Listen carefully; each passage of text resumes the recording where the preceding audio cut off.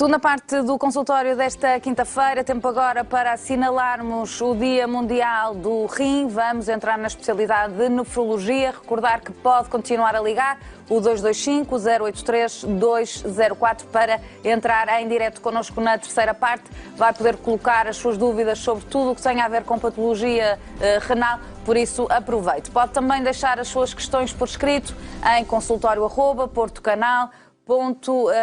Vamos cumprimentar a nossa segunda convidada desta tarde, a doutora Ana Marta, nefrologista, e vamos aqui de alguma forma assinalar este Dia Mundial de um órgão, não é? Que no fundo são dois, na maior parte dos casos, porque é possível viver só com um. Mas é um órgão e um sistema muito especiais, que podem obviamente ter complicações durante a nossa vida, mas hoje assinalamos aqui este Dia Mundial, até porque também a Sociedade Portuguesa de Nefrologia este ano tem aqui um mote que me parece otimista e é sempre bom se calhar falar pela via mais do sim, não é? E portanto viver bem com a doença renal é o mote deste ano. É verdade. Esse é o lema, boa tarde, antes de mais, esse é o lema internacional. Todos os anos o Dia Mundial do Rim tem um tema, já foi a gravidez, na doença da mulher. Este ano é viver bem com a doença renal, porque se percebeu ao longo dos tempos que todos os estudos internacionais sobre terapêuticas se focavam muito em outcomes de mortalidade, hospitalização, e focavam-se pouco naquilo que os doentes achavam que era importante. E nos últimos anos percebeu-se que focarmos-nos naqueles pontos que os doentes selecionam como sendo importantes no seu tratamento, permitir, por exemplo, trabalhar, permitir manter os hobbies, permitir ter a vida social, são também dados que cada vez vão ser mais tidos em conta nos estudos que vão ser desenvolvidos, ou pelo menos uma componente desses estudos vai ter integrar esses dados. Porque a doença renal, e obviamente que as palavras assustam logo, não é? Para quem tenha que lidar de perto com a doença renal, obviamente que nós sabemos que é uma função primária e importantíssima do nosso organismo, a filtragem que os rins dão, e nós precisamos disso. A verdade é que as pessoas ficam logo um bocadinho em pânico, os pacientes e as famílias, e há aqui um risco de vida muitas vezes associado. Mas a verdade é que se calhar vocês já estão a dar o passo em frente e não é só preocuparem-se com a sobrevivência dos vossos pacientes, exato, mas com a qualidade de vida deles, não é? Sim, e tudo isso que implica. E há um termo que cada vez mais é falado, que é o empoderamento, não é? Dar ao doente a capacidade de gerir a doença dele também, e não ser só gerido por técnicos de saúde, por médicos, enfermeiros. E isso é da maior relevância para a vida do doente, não é? Porque só ele é que nos pode dizer o que é importante na vida dele. E depois isso também há de ser, de certeza, diferente de paciente para paciente, não é? Tem que ser adaptado a cada um, tipo, nem tudo serve para todos. Exatamente. Às vezes eu na consulta costumo dizer, a brincar, isto é como um vestido de noiva, nós vamos fazendo à medida, vamos tirando as provas, fazendo de acordo com cada um. Vão provando o que é que de facto resulta naquela pessoa, com o estilo de vida que ela tem, a profissão, etc. Para que as pessoas lá em casa percebam bem de que é que estamos a falar, vamos tentar explicar o que é que acontece quando os dois rins ou um rim não funciona bem. Okay. Então, na doença renal crónica, no estadio 5, que nós chamamos terminal, que é no estadio final, os rins deixam de cumprir as suas funções principais, ou quase todas, que é de filtração, como disse, que é, no fundo, limpeza do organismo, remoção de substâncias tóxicas produzidas pelas nossas células, e são muitas, mas aquelas que nós ouvimos mais falar é a ureia, a creatinina, o potássio, o fósforo, para além de outras que nós não medimos em análises. Para além disso, os rins são muito importantes em controlar a volémia do nosso organismo, a quantidade de água e sal que temos no organismo, e produzem também, além de filtros e de controle da água, produzem substâncias que também são importantes noutras funções. Produzem eritropoetina, que é uma molécula que é tipo os rins são uns sensores, se nós temos glóbulos vermelhos a mais ou a menos, e produzem esta eritropoetina quando sentem que temos, por exemplo, anemia, no sentido de que é um sinal que vai à medula óssea e dizer, produz mais glóbulos vermelhos. Quando os rins estão doentes, deixam de produzir este sensor. também são importantes em mantermos os ossos saudáveis, porque eles regulam a vitamina D, ativam a vitamina D, controlam o cálcio, o fósforo e também têm um papel importante na regulação da produção da paratormona. E isto tudo faz com que os ossos também tenham uma renovação normal, porque o osso não é um tecido que esteja ali constante, está sempre a ser degradado e formado. E os rins interferem neste processo de uma forma muito importante. Para além disso, também produzem hormonas que regulam a hipertensão arterial, além de que controlam o equilíbrio fino dos minerais que nós temos no nosso organismo. Portanto, eles não são muito só... mais complexo, é sim, muito complexo, eles têm muitas sim. funções. E quando deixam de trabalhar, estas funções ficam todas comprometidas. Algumas nós conseguimos tratar com medicação, por exemplo, a anemia tratamos com a eritropoetina, que vamos administrar. As alterações de minerais e ósseas também conseguimos controlar com alguma medicação, a hipertensão controlamos com medicamentos, mas chega um ponto, quando os rins já trabalham, digamos, menos de 10%, que é necessário substituir na função de limpeza, porque as pessoas começam a ficar com sobrecarga de substâncias tóxicas, urémicas. E aí entra o papel da diálise e do transplante.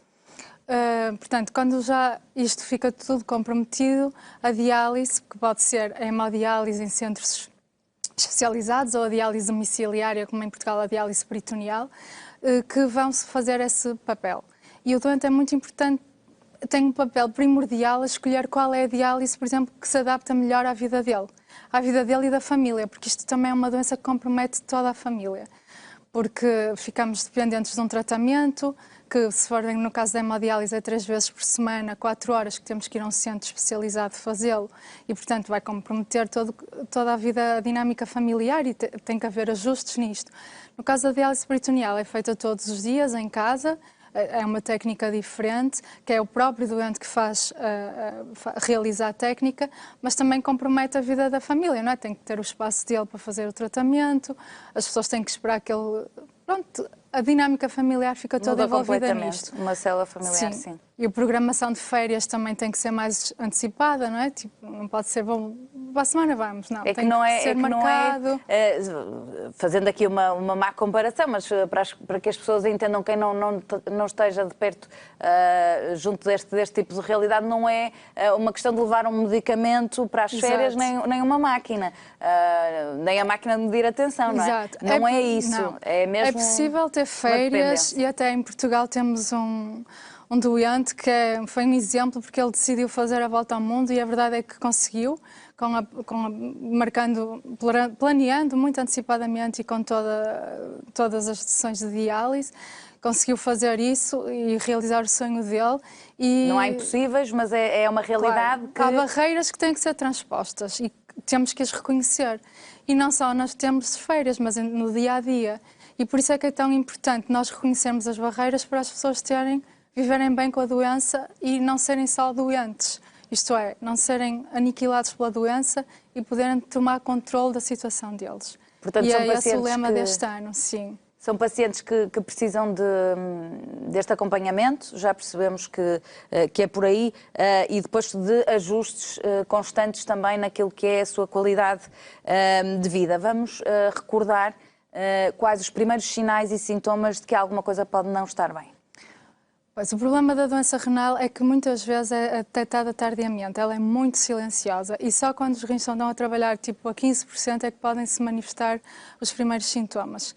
E além disso, são sintomas muito tenues, pode ser uma fadiga, uma irritabilidade, uma alteração de padrão de sono. E quando a função renal já está comprometida a cerca de 10%, quando já se prevê que se necessita de um tratamento diferente, aí podem aparecer sintomas como falta de apetite, acordar enjoado, por exemplo, a intolerância à carne é um sintoma também bastante frequente, começa a ter edema dos membros inferiores, ficar inchado, pode estar mais cansado. Portanto, são sintomas também muito difíceis de percepcionar e que nós vamos nos adaptando a eles. Muitas vezes não aparecem juntos e, portanto, podem-se diluir. De repente. E, portanto, muitas vezes é necessário fazer um rastreio da doença renal, sobretudo naquelas pessoas que estão em risco.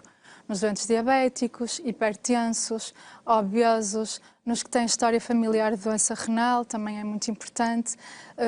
Pronto, são pessoas que precisam de fazer um acompanhamento diferente. E nós só conseguimos detectar se alguma pessoa tem problemas renais como análises ao sangue, determinando a creatinina e também a ureia, mas a creatinina sobretudo, porque a creatinina é um marcador no sangue, é uma molécula produzida pelas nossas células musculares e é produzida a uma taxa constante e removida a uma taxa constante e, portanto, dá-nos uma ideia de qual é a função renal. Nós, por exemplo, pomos em calculadoras a creatinina e dá-nos uma estimativa da taxa de filtração glomerular, que é como se fosse a função renal. E esta é uma análise sanguínea, ao contrário do que se possa pensar, não é uma análise à urina. A análise da urina também é muito importante, certo, porque muitas vezes as doenças renais, nós suspeitamos delas quando começa a aparecer sangue e proteínas na urina e, portanto, isso leva-nos a pensar que podemos ter uma doença renal. E outro exame importante é a ecografia renal, que vai nos permitir ver se temos um ou dois rins, se os rins têm bom aspecto, se têm uma aparição pequeninos, se têm outras patologias, quistes, outras patologias associadas. Portanto, são 3 exames básicos que são muito importantes para detectar a doença renal. E, para além disso, medir as tensões de vez em quando também nos ajuda, porque outra manifestação da doença renal é a hipertensão arterial. As pessoas que têm doenças renais, 95% delas vão ter tensões arteriais elevadas. Portanto, é um dado que nos pode pôr na pista de uma doença renal. Agora, para quem tem então este historial de doença crónica renal na família, deve estar então atento ainda mais a estes sinais que referiu, não é? Sim. Ainda que não seja não é líquido que haja esta passagem de doença, não, mas aumenta a probabilidade, é isso, sim, não é? Sim, têm que estar atentos, pelo menos, sim. A estes sinais e sintomas. Claro que hoje em dia, em 2021, viver com doença crónica não é a mesma coisa que era há 10 ou 20, 30 anos atrás, não é?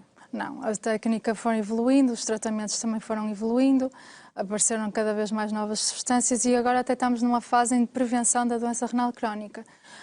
Recentemente houve muitos estudos, sobretudo na diabetes, que há novos tratamentos que podem atrasar muito a progressão da doença e o foco está muito virado para aí neste momento. A tecnologia da diálise em si também tem evoluído, assim também como o tratamento das pessoas transplantadas renais. Quem pretende fazer o tratamento de diálise em casa, como é que funciona exatamente? Portanto, os doentes renais crónicos geralmente são seguidos a nível hospitalar e quando o médico assistente, o nefrologista, acha que pode ter que se escolher entre uma técnica e outra, não é? Há doentes que não têm hipótese de escolha, certo? Têm que fazer... Sim, há contraindicações absolutas para algumas... Sim. Mas há uma consulta que é geralmente realizada pelo mesmo médico ou pode ser pela equipa de enfermagem, em que há um esclarecimento das escolhas possíveis. Explica-se o que é a hemodiálise, a diálise peritoneal e mesmo o transplante, porque é possível começar por um transplante, substituir primeiro, que se chama-se o transplante preemptivo. Tem que ser de dadores vivos, alguém que tenha uma pessoa que lhe queira dar generosamente um rim, que depois de uma série de exames vê se é possível ou não. Nessa consulta se esclarece todo o tipo de informação, as pessoas vão pensar para casa e depois conversam outra vez com o médico assistente aquela diálise, ou se tiver algum dador vivo, que se adapta melhor à vida dela. E nessa consulta também, e com o nefrologista assistente, vamos avaliar se realmente há contraindicações absolutas, sobretudo para a diálise peritoneal, porque temos que ter um peritoneu, por exemplo, nós temos que pôr um catéter na barriga, no abdômen, e convém não ter tido muitas cirurgias, porque o filtro, neste caso, vai ser o peritoneu, que é uma membrana, um véu, que reveste as vísceras da cavidade abdominal. Se tivermos muitas cirurgias, podemos ter aderências que vão comprometer a técnica. A hemodiálise não tem tantas contraindicações absolutas, ou quase nenhumas. O transplante, lá está, é a melhor maneira de substituirmos os rins, mas para ser a primeira terapêutica temos que ter alguém que nos dê um rim altruisticamente. Em Portugal, como é que tudo isto também tem uma legislação nos países? Em Portugal, qual é o panorama a este nível da doação de rim? Nós em Portugal tratamos muito bem os nossos doentes renais, não só no transplante como na diálise. Temos ótimos programas, ótimas equipas médicas de enfermagem que cuidam muito bem dos doentes. A nível do transplante, o que é que o nefrologista assistente, por exemplo, se tem um dador vivo e mesmo quando se pensa que é candidato a um transplante de dador cadáver, enviamos a um centro de transplantação. E é nesse centro, na consulta pré-transplante, que se pergunta se tem algum dador vivo que possa oferecer o rim. Depois da pessoa dizer se tem, vamos ver se é compatível ou não. Neste momento até é possível fazer não tendo o sangue compatível. O dador faz uma série de exames, assim como o receptor, vêem se tem condições para doar ou não, e também há equipas de psiquiatras e psicólogos que avaliam o grau de generosidade do ato. Sim, porque isto obviamente que tem que estar salvaguardado. Salvaguardado, exatamente. E depois decidem se avançam para essa solução, para esse tratamento. Muito bem. E com um transplante basta, muitas vezes quando, mesmo que a função renal dos 2 rins do paciente não esteja bem, ou esteja muito abaixo daquilo que é o desejável, basta transplantar um rim, não é preciso ser ainda os 2, não é? Não, é só um rim que é transplantado, senão outra pessoa... Não, isso sim, mas quem... É possível viver só com um rim, exatamente. Claro. E há pessoas que só nascem com um rim e que vivem. E o dador também fica com um rim e vive só com um rim. Portanto, isso é obviamente que vai também trazer mudanças na vida da pessoa que vai ficar a viver apenas com um rim, mas também com o devido acompanhamento é possível ter a vida naturalmente normal. Sim. E estável. O dador, geralmente, é uma pessoa super saudável. Portanto, ele faz uma bateria de exames, de análise de exames, que tem que se garantir que ele, pelo menos pelo facto de só ter um rim, não vai ter uma doença renal, não é? Ou que não vai evoluir para insuficiência renal. E, portanto, é uma pessoa que pode dar com a confiança de que não vai precisar de diálise no futuro, não é? Muito bem, portanto, todas estas questões são salvaguardadas.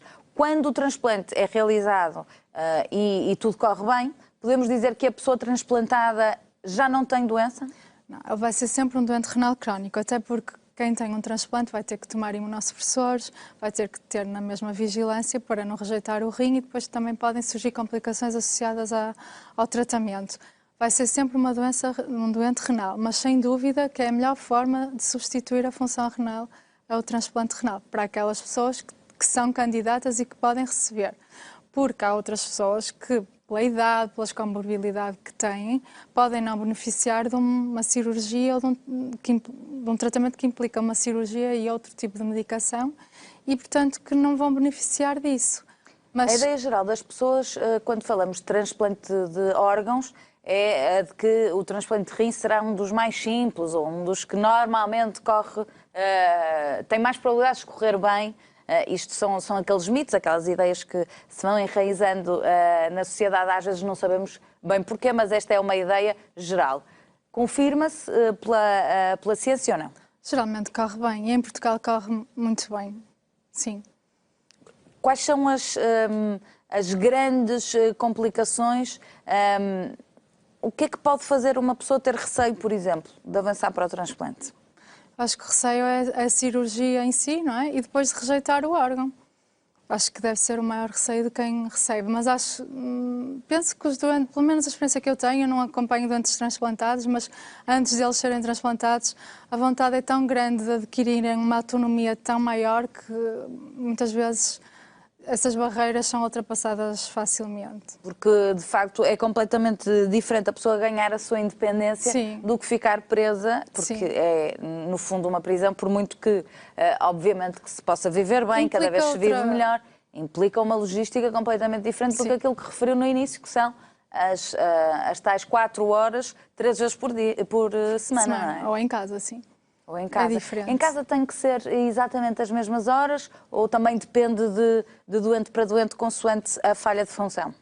Sim, na diálise peritoneal, como eu disse, implanta-se um catéter na parede abdominal e depois temos que infundir um líquido, um dialisante, que é uma mistura de água, açúcar e minerais esterilizada, e tirar o líquido que está saturado e pôr outro que está limpo, demora mais ou menos meia hora e tem que ser feito basicamente 3 vezes por dia.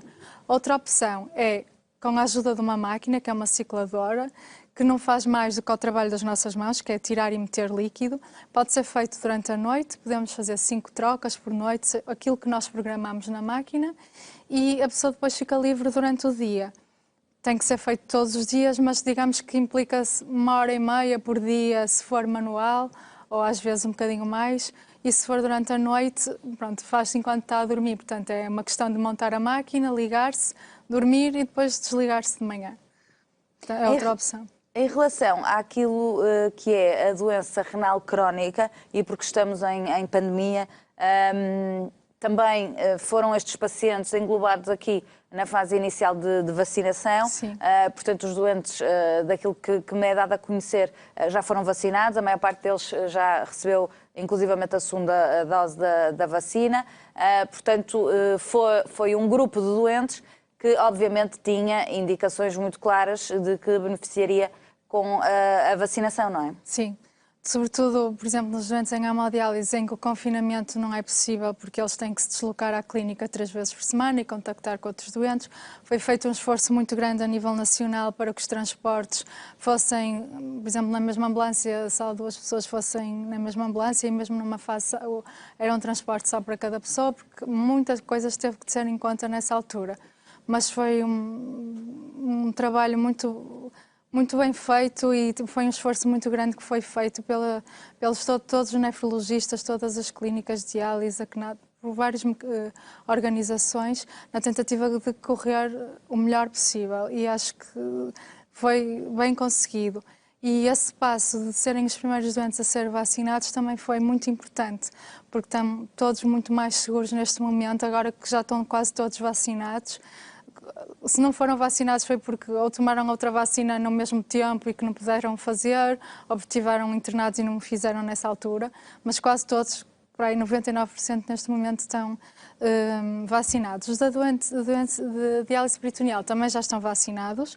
Claro que têm outra comodidade, que era poderem estar em casa. Não tinham essa parte da deslocação, de estar em contacto com outras pessoas e, portanto, para eles era mais fácil estarem confinados. Claro que tinham que se deslocar sempre ao hospital, sempre que tivessem complicações ou para as consultas de rotina, mas era mais fácil controlar a situação nesses doentes, digamos assim. Da experiência que foi este ano de pandemia, os doentes renais crónicos que, de facto, acabaram por estar infectados com o novo coronavírus, qual é que foi o percurso da doença?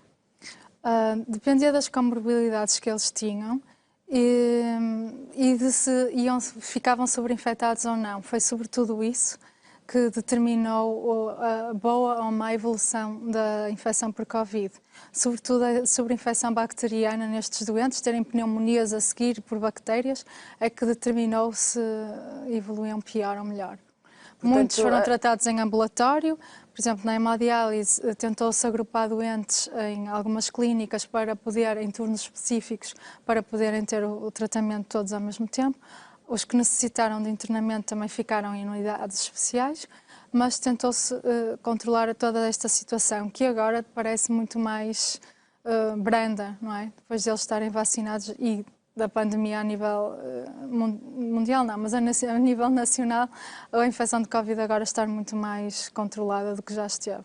Neste momento estamos a ver algumas imagens também que estão associadas a este lema, a este mote da campanha deste ano para assinalar o Dia Mundial do Rim. Viver bem com a doença renal é aqui o mote então da Sociedade Portuguesa de Nefrologia. Quer comentar um bocadinho as imagens? Estas imagens foi uma parceria que a Sociedade Portuguesa de Nefrologia fez com a Sociedade Portuguesa de Nefrologia Pediátrica, que incentivou crianças com doença renal a mostrarem um bocadinho da sua vida. E todos foram vencedores, porque realmente todos se esforçaram muito para nos mandar estas imagens, e vemos que a alegria destas crianças foi assim contagiante, e perceber que porque a doença tão renal pequeninas. não... Exatamente. Imaginemos agora tudo isto que nós estivemos a conversar, não é, as duas, numa criança, não é? Exato. Nas crianças, nos adolescentes que têm, obviamente, os seus sonhos, têm, obviamente, as suas aspirações pessoais e profissionais e ter já a partir daqui uma barreira em relação às outras pessoas. Mas a verdade é que, e estas imagens também comprovam isso, com o devido acompanhamento, com o devido diagnóstico e quanto mais precoce melhor, também melhor o tratamento e melhor o acompanhamento para que esta barreira seja cada vez mais transponível. Exatamente. E pronto, as crianças, quando chegam a uma fase terminal, têm prioridade na lista da dor cadáver, como é compreensível, pronto, mas é sempre muito tempo passado em hospitais, muitas análises, muitos exames.